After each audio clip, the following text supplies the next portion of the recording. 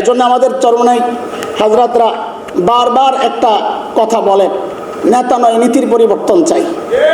এই যে পরিবর্তন একটার পর একটা হচ্ছে, এখান থেকে বেরিয়ে আসুক, নীতির পরিবর্তন করুন। শুধু আপনারাই দেশ চালাবেন, আমাদেরকে একটু সুযোগ দিন, দেখেন না কি হয়, দেখেন না কি হয়। আমাদের বিশ্ব হুজুর বলেছেন আমাদেরকে 10 বছর সময় দেন, দেশের সমস্ত মানুষ দারিদ্র্য সীমার উপরে উঠে যাবে।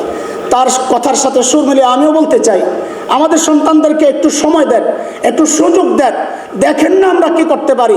যদি কিছু করতে না পারি, যদি দেশ থেকে সন্ত্রাস দূর করতে না পারি, দুর্নীতি দূর করতে না পারি, আমাদেরকে আর কোনোদিন কিচ্ছু দিতে হবে না। আমরা ওয়াজ আর ওই মসজিদ মাদ্রাসা নিয়েই পড়ে থাকবো ইনশাআল্লাহ। কিন্তু একটা সুযোগ তো আমাদেরকে দিয়ে একটু পরীক্ষা করে দেখতে পারেন। বৈষম্য বিরোধী ছাত্র আন্দোলনে আমাদের সন্তানরা সুযোগ পেয়ে কি করেছে, আজকে বিভিন্ন জনের প্রসঙ্গ আসে, কিন্তু সবচেয়ে আমাদের ইডেন কলেজ, আমাদের বলতে দেশের ইডেন কলেজ, ওর সামনে দিয়ে আমার আসা যাওয়া করতে হয়। তো স্পটটা বলে দিই, কেউ দেখলেও দেখতে পারবেন। আজিমপুরের কোণার দিক থেকে দেয়ালে একটা লিখন যে এতদিন হুজুররা কোথায় ছিল। তা আমি হঠাৎ দেখে চমকে উঠছি, পরে আবার একটু শান্ত হয়েছি, দেখি নিচে লেখা আয়না ঘরে। ইন্নাল হামদুলিল্লাহ نحمده ونصلي على رسوله الكريم أما بعد فأعوذ بالله من الشيطان الرجيم بسم الله الرحمن الرحيم اعدلوا هو أقرب للتقوى صدق الله العلي العظيم। জাতীয় উলামা মাশায়েখ আইম্মা পরিষদ কর্তৃক আয়োজিত আজকের এই বৈষম্য দূরীকরণে কওমি সনদের মূল্যায়ন বাস্তবায়নের জন্য অনুষ্ঠিত আজকের এই গুরুত্বপূর্ণ অনুষ্ঠানের সম্মানিত সভাপতি, উপস্থিত হযরত উলামায়ে কেরাম, যুবক বন্ধুরা, মিডিয়া কর্মীরা, আমি সর্বপ্রথম ধন্যবাদ জানাতে চাই আমাদের ভাই বন্ধুদের যারা আজকের এই প্রোগ্রামের আয়োজন করেছে। কওমি সনদের স্বীকৃতির জন্য আন্দোলন চলেছে বহুদিন থেকে, কিন্তু স্বীকৃতি বাস্তবায়নের জন্য কোনো প্রোগ্রাম মনে হয় এই প্রথম। আমার সাথে বসা আমাদের প্রিয় ভাই মুফতি মুশতাকুর নবী হাফিজাহুল্লাহ বিষয়টা আমাকে বলছিলেন, সেই জন্য শুরুতেই আমি ধন্যবাদ জানাতে চাই আমাদের এই ভাইদেরকে।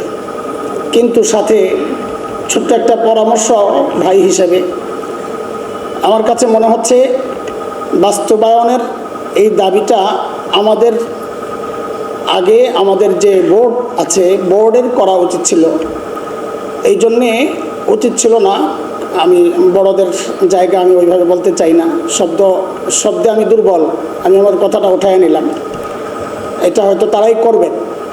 সেই জন্যে বড়দেরকে মনে করিয়ে দেওয়ার জন্যে আজকের এই মজলিস থেকে আমি আশা করব শেষ করে আমাদের ভাইরা একটা কাফেলা, একটা অফত আমাদের বড়দের কাছে আবেদন নিয়ে যাবেন যে হযরত এই মুহূর্তে বাস্তবায়নের এই আওয়াজটা একটু ওঠানো দরকার। এটা হচ্ছে আমার প্রথম প্রস্তাব।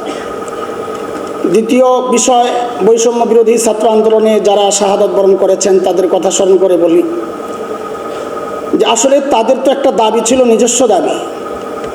55%-এর একটা গাড়াকলে ওরা পড়েছিল, বৈষম্যের শিকার হয়েছিল।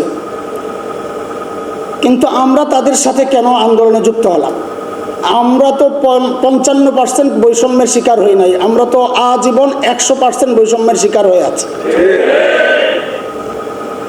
এটা ওদের বোঝা উচিত। আরেকজনের দাবিতেও আমাদের 76 জন আমাদের ভাই, আমাদের বন্ধু, আমাদের উস্তাদ, আমাদের শাগরিদ, আমাদের সন্তানেরা শাহাদাতের নজরানা পেশ করেছে। ওরা বুঝুক এই 100% বঞ্চিত এই জাতি যদি জাগে, শাহাদাতের নজরানা প্রয়োজনে আরও পেশ করে এই দাবি বাস্তবায়নের জন্য আমরা চেষ্টা চালাতে পারবো ইনশাআল্লাহ। এটা ওদের জানা উচিত। এই গতকাল আমাদের ইডেন কলেজ, আমাদের বলতে দেশের ইডেন কলেজ, ওর সামনে দিয়ে আমার আসা যাওয়া করতে হয়। তো স্পটটা বলে দিই, কেউ দেখলেও দেখতে পারবেন। আজিমপুরের কোণার দিক থেকে দেয়ালে একটা লিখন যে এতদিন হুজুররা কোথায় ছিল। তা আমি হঠাৎ দেখে চমকে উঠছি, পরে আবার একটু শান্ত হয়েছি, দেখি নিচে লেখা আয়না ঘরে। খুব ভালো লাগছে।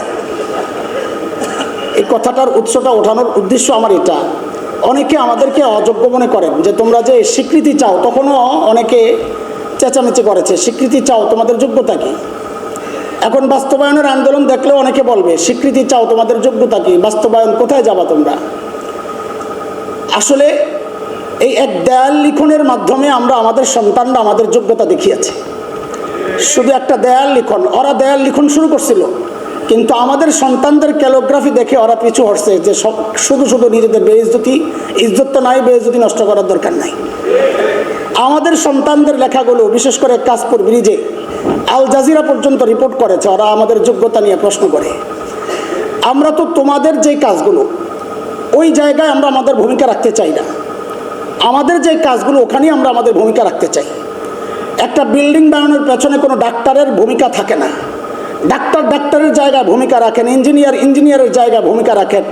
আমরা মাদ্রাসাওয়ালারা মাদ্রাসার যে ক্ষেত্রগুলো আছে, বাংলাদেশ 90% মুসলমানের দেশে কওমি মাদ্রাসার ছাত্রদের ভূমিকা রাখার জায়গার অভাব নাই। এটা শুধু আমাদের দাবি না, আমি শব্দ চেঞ্জ করে আবেদন বলতে চাচ্ছি, এটা আমাদের ইখলাসের প্রমাণ। শুধু দাবি নয়, আমাদের আবেদন। দেশে যদি আমাদের মতো আমাদের এই সন্তানদেরকে যদি নিয়োগ দেওয়া হয় বিভিন্ন কর্মক্ষেত্রে, তো দেশের অর্থনীতি ইনশাল্লাহ সচল হয়ে যাবে। এই কারণে দুইটা কারণ। এক হচ্ছে দুর্নীতি দূর হবে। আমরা সারা বাংলাদেশে যত অপরাধী আছে বিভিন্ন থানায় লিস্ট লাগানো থাকে, ওই লিস্টগুলো ধরেও যদি আপনারা নীতিবান মানুষ তালাশ করেন, এটা তো প্রকাশ্য বলার মতোই কথা গর্বের সাথে যে আলহামদুলিল্লাহ আমাদের সন্তানদের হাজারের মধ্যে একজন অপরাধীর ছবি আপনারা থানার মধ্যে পাবেন না। এই নীতিবান মানুষগুলোরে আপনারা কাজে লাগাবেন না, তো কিভাবে দেশ থেকে দুর্নীতি শেষ করার, নির্মূল করার চিন্তা আপনারা করছেন? এত বড় একটা নীতিবান জনগোষ্ঠীকে উপেক্ষা করে বাংলাদেশে অতীতেও কোনো নীতি বাস্তবায়ন হয় নাই। দুর্নীতির আখড়া হয়েছে দেশ, ফ্যাসিস্টদের কাজের পরিধি বেড়েছে, তাদের অন্যায় অত্যাচার জুলুম নির্যাতন বেড়েছে।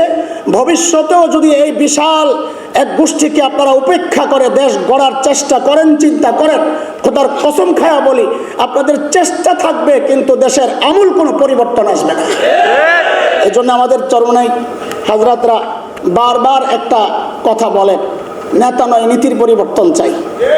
এই যে পরিবর্তন একটার পর একটা হচ্ছে, এখান থেকে বেরিয়ে আসুক, নীতির পরিবর্তন করুন। শুধু আপনারাই দেশ চালাবেন, আমাদেরকে একটু সুযোগ দিন, দেখেন না কি হয়, দেখেন না কি হয়। আমাদের বিশ্ব হুজুর বলেছেন আমাদেরকে 10 বছর সময় দেন, দেশের সমস্ত মানুষ দারিদ্র্য সীমার উপরে উঠে যাবে।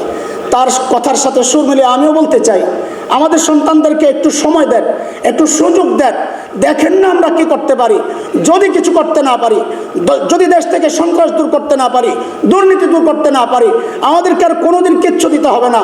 আমরা ওয়াজ আর ওই মসজিদ মাদ্রাসা নিয়েই পড়ে থাকবো ইনশাআল্লাহ। কিন্তু একটা সুযোগ তো আমাদেরকে দিয়ে একটু পরীক্ষা করে দেখতে পারেন। বৈষম্য বিরোধী ছাত্র আন্দোলনে আমাদের সন্তানরা সুযোগ পেয়ে কি করেছে, আজকে বিভিন্ন জনের প্রসঙ্গ আসে, কিন্তু সবচেয়ে ভয়ঙ্কর স্পট ছিল যে যাত্রাবাড়ি স্পট।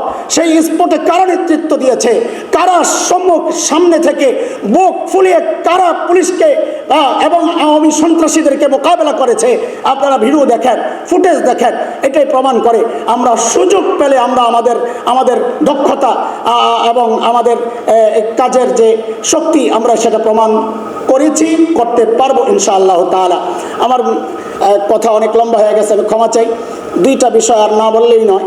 শুরুতে একটা বিষয় আমাদের মাওলানা আতাউল্লাহ আমিন ভাই একটু বলে গেছেন, এটা হয়তো আমাদের এর সাথে যারা জড়িত আছেন হয়তো ওইভাবে চিন্তা করেন নাই। আমাদের বেফাকুল মাদারিস এবং অন্যান্য বোর্ড স্বীকৃতি নেওয়ার আগে এই বিষয়গুলো অনেক আলোচনা হয়েছে, যে আমাদের নিচের যে ক্লাসগুলো আছে আলেম ফাজিল বা এইচএসসি এসএসসি, এগুলোর স্বীকৃতি আমরা চাই না। আমাদের মুরব্বী হাজরত বলে গেছেন যে কেন চাই না, চাইবো। একটা দুই রকম কথা আসছে। আসলে ওই সময় অনেক আলোচনা হয়েছে।